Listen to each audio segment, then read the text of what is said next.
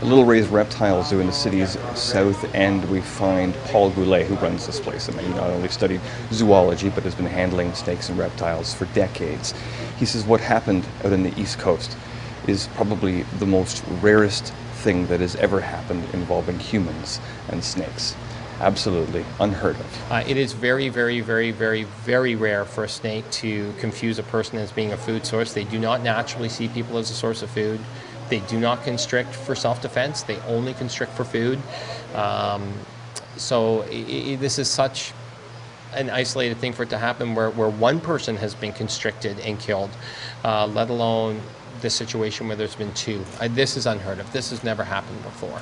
The pythons are still on display at the zoo, and Paul says he's considered actually taking them off display in respect to the family.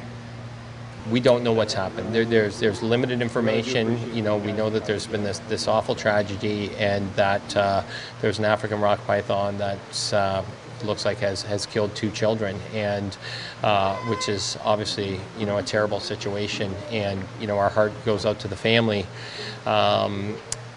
But we know very, very limited facts in terms of what's happened, and I think as some of these facts start to come out, people will feel a little bit more comfortable with a better understanding of how that situation could happen and how it could have been prevented.